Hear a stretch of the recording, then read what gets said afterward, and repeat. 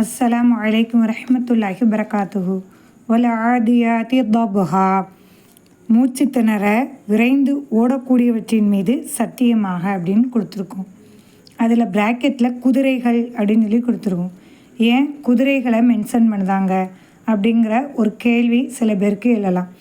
ஏன்னா அதிகமாக ஓடக்கூடியது எதுன்னு நம்ம பார்த்தோம்னா சிறுத்தை. கிட்டத்தட்ட 100லேருந்து 120 கிலோமீட்டர் வரைக்கும் ஓடும். புலி 50லேருந்து 65 கிலோமீட்டர் வரைக்கும் ஸ்பீடாக ஓடும். சிங்கம் 50லேருந்து 80 கிலோமீட்டர் வரைக்கும் ஓடும். கழுதைப்புலி 60லேருந்து 70 வரைக்கும் ஓடும். ஏன் அப்போ குதிரையை கொடுத்துருக்கு அப்படின்னு சொல்லி கேட்டால், குதிரை தான் ரொம்ப தூரம் ஓடும். இதெல்லாம் ரொம்ப தூரம் ஓட முடியாது. சிறுத்தை 100லேருந்து 120 கிலோமீட்டர் வரைக்கும் ஓடினாலும் ரொம்ப நேரம் இதால் என்ன செய்ய முடியாது, ஓட முடியாது.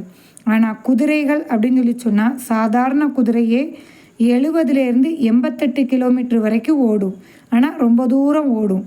நல்ல பயிற்சி வச்சுருப்பாங்களே அந்த குதிரை 80லேருந்து 100 கிலோமீட்டர் வரைக்கும் ஓடும்.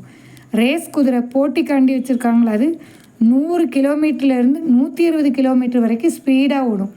அதனால தான் விளம்பரத்தில் காருக்கு, பைக்குக்கு, அதனுடைய அந்த மோட்டருக்கு என்ன கொடுப்பாங்க அப்படின்னா குதிரையை கொடுப்பாங்க. ஏன், ரொம்ப தூரம் நிற்காமல் ஓடும் அப்படிங்கிறதுக்காகத்தான் அதை கொடுத்துருப்பாங்க. இப்போது எந்த அளவுக்கு சிந்திச்சிருந்தாங்க அப்படின்னு சொல்லி சொன்னால், அந்த ப்ராக்கெட்டில் குதிரைகள்னு சொல்லி கொடுத்துருப்பாங்க. எவ்வளோ பெரிய ஒரு வியப்பான ஒரு விஷயம். யோசனை பண்ணி பாருங்கள்.